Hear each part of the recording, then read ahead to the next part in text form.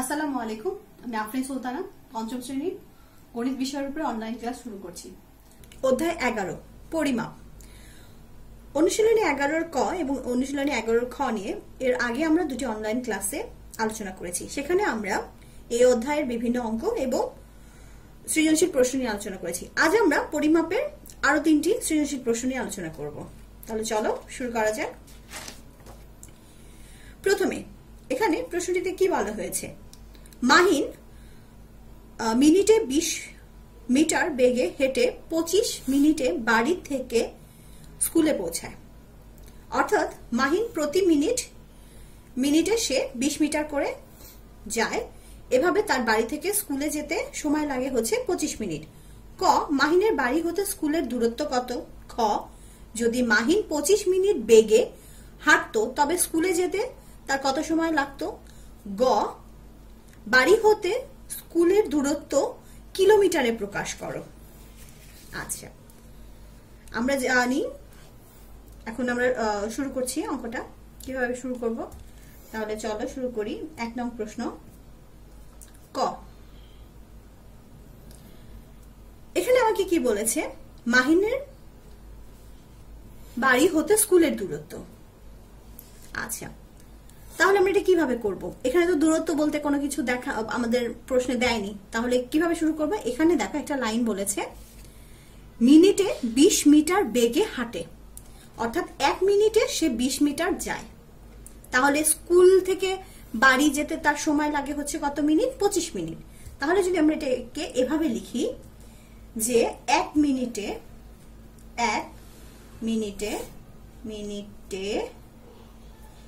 যায় হচ্ছে 20 মিটার। সুতরাং 25 মিনিটে যায় 20 গুণন 25, একক হবে হচ্ছে মিটার, সমান সমান হবে হচ্ছে, এটাকে যদি আমরা গুণ করি তাহলে 25 দুগুণে হচ্ছে 50 আর এই 0, তাহলে 500 মিটার। উত্তর বাড়ি হতে স্কুলের দূরত্ব 500 মিটার। আচ্ছা, এবার খ নাম্বারে কি বলেছে? যদি মাহিন 25 মিটার বেগে হাঁটতো, তাহলে কয় মিটার? 25 মিটার। অর্থাৎ 1 মিনিটে সে কত মিটার যাবে? 25 মিটার। তাহলে আমাদের কত সময় লাগবে? যেহেতু আমাকে সময় বের করতে বলেছে, তাহলে সময়টাকে আমরা এই পাশে লিখব। কিভাবে এটাকে সাজাবো? 25, এর আগে আমরা আরেকটি তো তথ্য পেয়েছি। সেটা কি পেয়েছি দেখো তো। ক হতে আমরা কি পেয়েছি? ক হতে পাই বাড়ি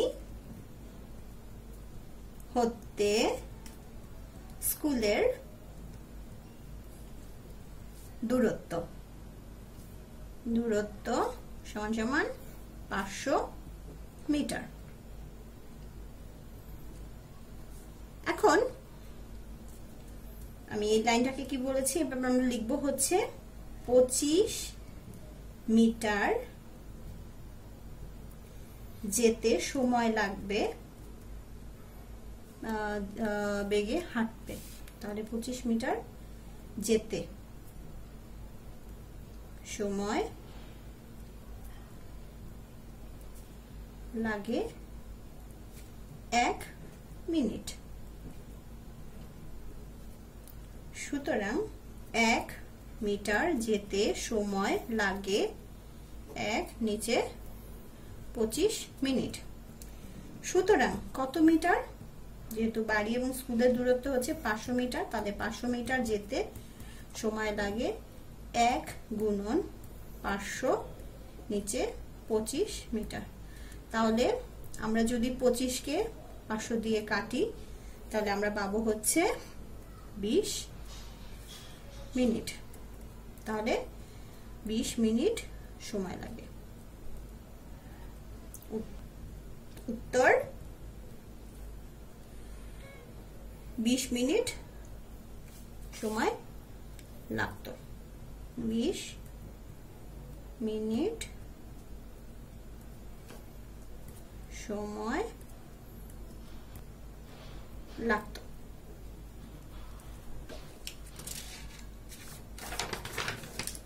এবার খ নাম্বার তো গেলাম, আমরা করলাম। এবার গ নাম্বার, বাড়ি হতে স্কুলের দূরত্বকে কিলোমিটারে প্রকাশ করো।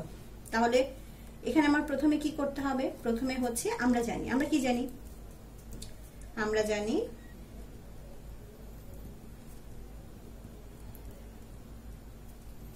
যেহেতু কিলোমিটার প্রকাশ করতে বলেছে মিটার থেকে, তাহলে 1 মিটার 1 কিলোমিটার 1 কিলোমিটার সমান সমান 1000 মিটার। আমরা জানি যে যদি আমাদের মিটারে থাকে তাহলে কিলোমিটারে যেতে আমাদেরকে ভাগ করতে হবে। এখন ক হতে পাই, কতে কি পাই? বাড়ি হতে স্কুলের দূরত্ব, সমান সমান 500 মিটার। এখন 500কে আমরা কি করব? যেহেতু কিলোমিটারে প্রকাশ করব, তাহলে কত দিয়ে ভাগ করতে হবে? 1000 দিয়ে। তাহলে এখানে এককটা এখন কি হয়ে যাবে? কিলোমিটার, অথবা এটাকে সংক্ষেপে আমরা কি লিখতে পারি? কিমি। এখন যদি আমি এখানে কাটাকাটি করি তাহলে কি হবে? মনে করি প্রথমে 0 দুইটা, এখানে তার দুটো 0 কেটে দিলাম, তাহলে এখানে 10 হবে আর এখানে হবে 5। 5 একে 5, 5 দুগুণে 10। তাহলে উপরে থাকতেছে 1 আর নিচে থাকতেছে 2 কিলোমিটার। আচ্ছা, এটা যেহেতু দশমিক ভগ্নাংশ, এটাকে আমরা 1/2 কে আমরা কি করব? এখন দশমিক আকারে লিখব। যদি দশমিক আকারে লিখি তাহলে 0.5 কিলোমিটার হবে। কিভাবে? আমরা চাইলে এখানে এটা দেখাইতে পারি। আমরা ভাগ করব হচ্ছে 2/1। আচ্ছা, 1 যায় না, তাহলে এখানে একটা দশমিক বসবে। দশমিকের জন্য আমি এখানে 0 বসাতে পারবো, তাহলে হয়ে গেল 10। 5 দুগুণে 10। আচ্ছা, তাহলে উত্তর কত হলো? উত্তর হচ্ছে কিলোমিটারে প্রকাশ করলে 0.5 কিমি। তাহলে বাড়ি হতে স্কুলের দূরত্ব হচ্ছে 0.5 কিলোমিটার অথবা হাফ কিলোমিটার। এরপর 2 নম্বর প্রশ্ন। 2 নম্বরে কি বলেছে? একটি আয়তাকার জমির ক্ষেত্রফল 336 বর্গমিটার, জমির দৈর্ঘ্য 2100 সেন্টিমিটার। দেখো এখানে একটা ক্ষেত্রফলকে দিয়েছে মিটারে আর দৈর্ঘ্যকে দিয়েছে সেন্টিমিটারে। তাহলে অবশ্যই আমাকে প্রথমে যে কাজটা করতে হবে সেটি হচ্ছে প্রথমে আগে আমাকে দৈর্ঘ্যকে মিটারে প্রকাশ করতে হবে, কারণ আমি যখনই প্রস্থ বের করতে যাব, আমাকে ক নম্বরে বলেছে প্রস্থ কত মিটার, তাহলে অবশ্যই আমাকে ক্ষেত্রফল এবং দৈর্ঘ্যের যে কাজটা হবে সেটাকে যে কোনো একটা এককে নিতে হবে, অথবা হয় সেন্টিমিটার অথবা মিটারে। এখানে আমার যেহেতু প্রস্থটা মিটারে চেয়েছে, তাহলে আমার সবচেয়ে সহজ হবে অঙ্কটা এভাবে করতে, যে আমি যদি দৈর্ঘ্যকে মিটারে নিয়ে যাই, সেন্টিমিটার থেকে মিটারে নিয়ে যাব, তাহলে ক প্রথমে কি হচ্ছে? প্রথমে দেওয়া আছে, কি দেওয়া আছে? দেওয়া আছে জমির দৈর্ঘ্য, সমান সমান হচ্ছে কত? 2100 সেমি। আমরা জানি সেন্টিমিটার থেকে যখন আমাকে মিটারে যেতে হবে তখন আমাকে 100 দ্বারা ভাগ করতে হবে, কারণ 1 মিটার সমান সমান 100 সেন্টিমিটার। এখন এটার একক হয়ে যাবে কি? মিটার। তাহলে দৈর্ঘ্য হবে 21 মিটার। এখন আর কি দেয়া আছে? ক্ষেত্রফল, জমির ক্ষেত্রফল কত দেয়া আছে? ক্ষেত্রফল দেয়া আছে 336 বর্গ মিটার। আচ্ছা, এবার আমরা কি বের করব? এবার আমরা এখান থেকে প্রস্থ বের করব। তাহলে আমরা জানি আমরা এখানে ক্ষেত্রফল, যেহেতু এটি আয়তকার, তাহলে দৈর্ঘ্য গুণন প্রস্থ, ক্ষেত্রফল হচ্ছে দৈর্ঘ্য গুণন প্রস্থ। সেটাও লিখতে পারি। আরেকটি সূত্র হচ্ছে, এই সূত্রটি কি আমরা প্রস্থের জন্য সাজিয়ে একেবারে লিখতে পারি এভাবে, প্রস্থ সমান সমান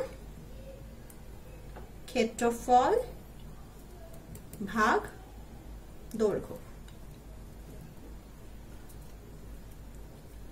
আচ্ছা, এখন ক্ষেত্রফল কত? 336 ভাগ 21, একক কি হবে?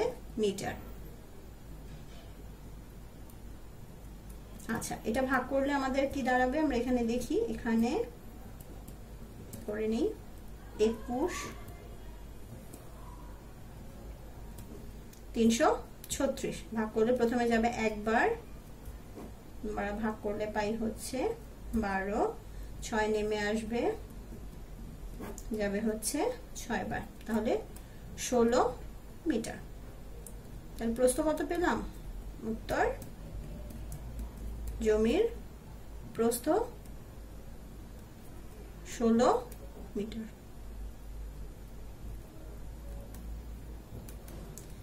এবার চলো খ নাম্বার। খ নাম্বার প্রশ্নে কি বলেছে? খ নাম্বারে বলেছে যে আয়তকার জমির দৈর্ঘ্য যত মিটার, ঠিক আছে, তাকে বর্গক্ষেত্রের এক বাহু ধরলে বর্গক্ষেত্রের ক্ষেত্রফল কি হবে? আমরা জানি বর্গক্ষেত্রের ক্ষেত্রফলের সূত্র হচ্ছে বাহু গুণন বাহু, আর এখানে আয়তক্ষেত্রের দৈর্ঘ্যকে আমাদের কি ধরা হয়েছে? বর্গক্ষেত্রের এক বাহু। তাহলে প্রথমে কি লিখবো আমরা? দেয়া আছে, দেয়া আছে, দেয়া আছে কি? বর্গ ক্ষেত্রের এক বাহুর দৈর্ঘ্য সমান সমান কি বলা আছে? জমির দৈর্ঘ্য যত, তাহলে সমান সমান কি? জমির দৈর্ঘ্য।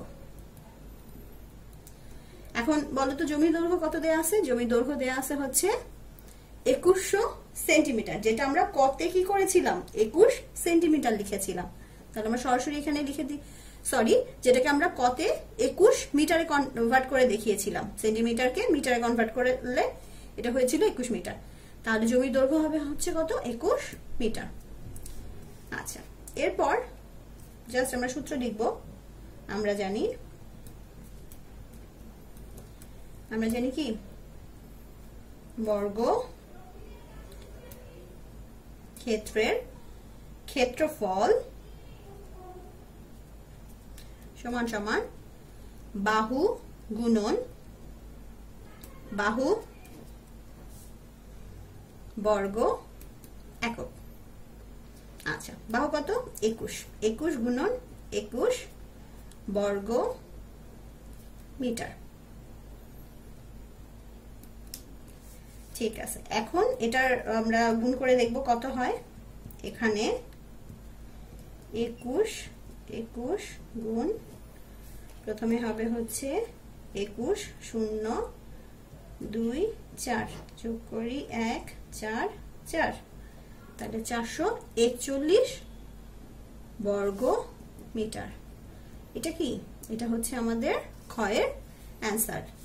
এখানে ক্ষেত্রফল বলেছে, তাহলে আমরা লিখতে পারি উত্তর ক্ষেত্রফল, বর্গক্ষেত্রের ক্ষেত্রফল হচ্ছে 441 বর্গ মিটার।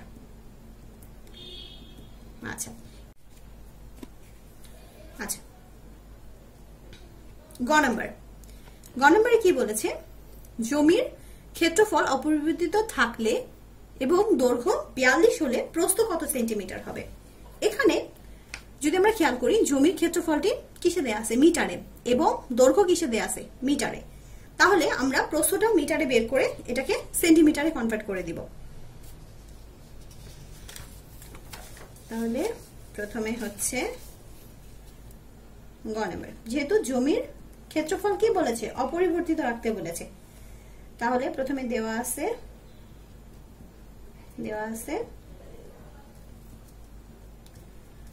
জমির ক্ষেত্রফল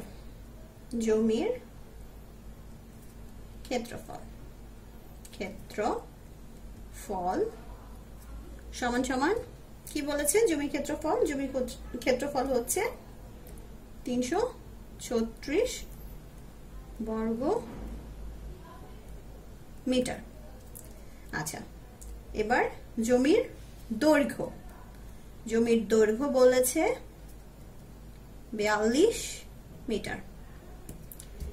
আমরা জানি, দিয়ে আমরা সূত্রটা লিখবো প্রথমে। তাহলে আমরা কি সূত্র জানি? আমরা জানি হচ্ছে প্রস্থ সমান সমান সমান ক্ষেত্রফল ভাগ দৈর্ঘ্য।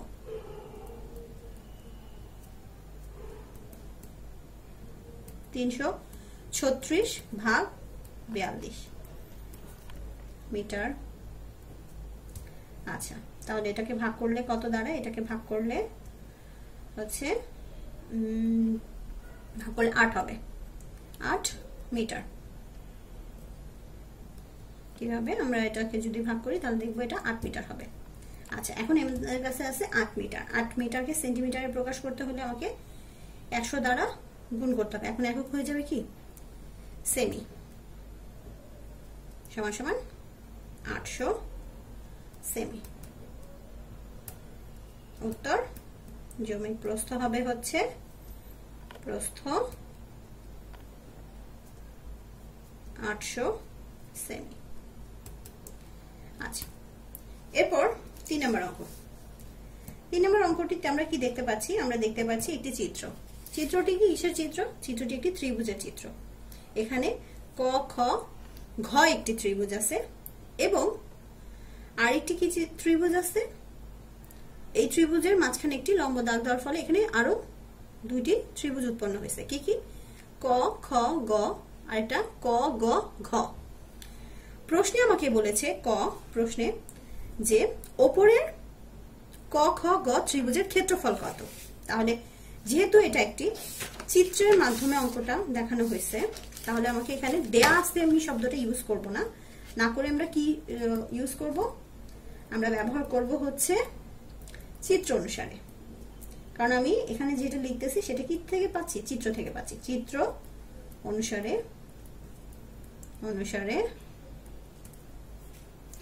চিত্র অনুসারে কি পেলাম? ক খ এবং গ। এটি একটি ত্রিভুজ। এই ত্রিভুজের ভূমি সমান সমান হচ্ছে 3 সেন্টিমিটার। আচ্ছা, ক খ গ ত্রিভুজের উচ্চতা সমান সমান 4 সেমি। সুতরাং ক খ গ ত্রিভুজের কি ক্ষেত্রফল? ক খ গ ত্রিভুজের ক্ষেত্রফল সমান সমান, ক্ষেত্রফলের সূত্র আমরা কি জানি? ভূমি গুণন উচ্চতা ভাগ 2 একক, বর্গ একক, বর্গ একক।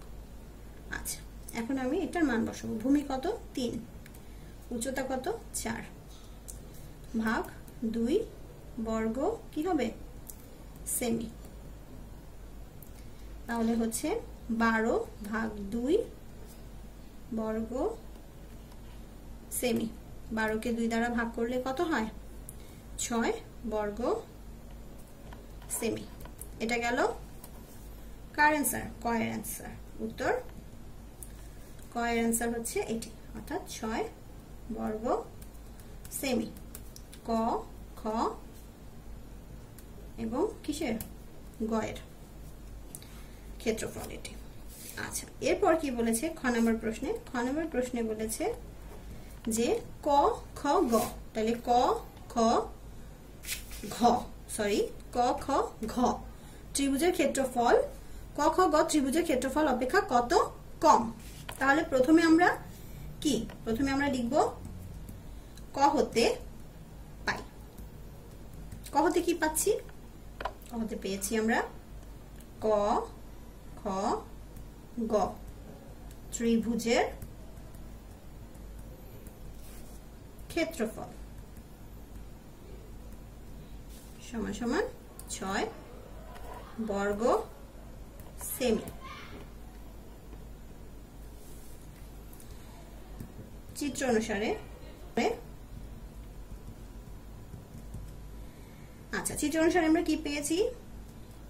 ক, এখানে খ হবে না, সরি, ক, গ আর ঘ ত্রিভুজের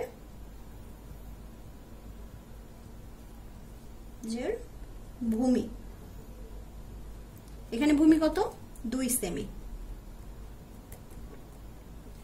আচ্ছা, ক, গ, ঘ ত্রিভুজের উচ্চতা সমান সমান 4 সেমি।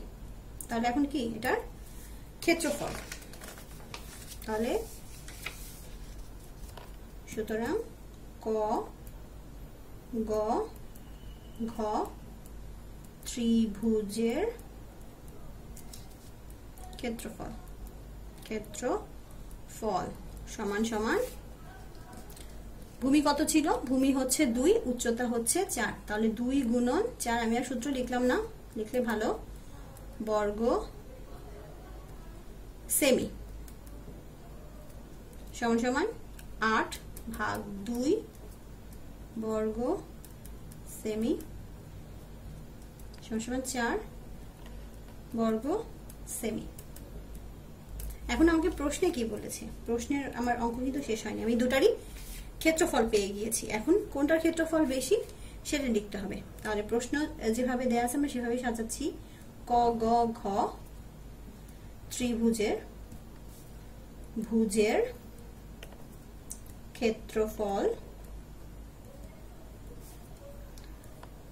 ক, খ, গ ত্রিভুজের ক্ষেত্রফল অপেক্ষা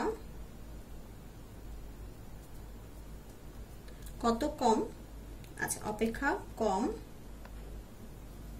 সমান সমান 6 বিয়োগ 4 বর্গ সেমি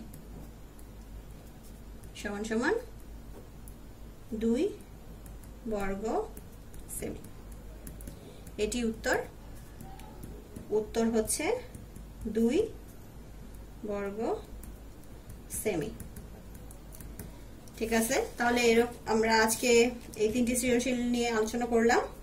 এরকম চিত্র দিয়ে আরো দেখবে অনেক অঙ্ক আছে, এখানেও এরকম মান অন্যরকম দিয়ে দেয়া এই টাইপের আরো অঙ্ক আছে, তো সেগুলো বাসায় বেশি বেশি করে চেষ্টা করবে। তাহলে আজকে এই পর্যন্তই। আল্লাহ হাফেজ।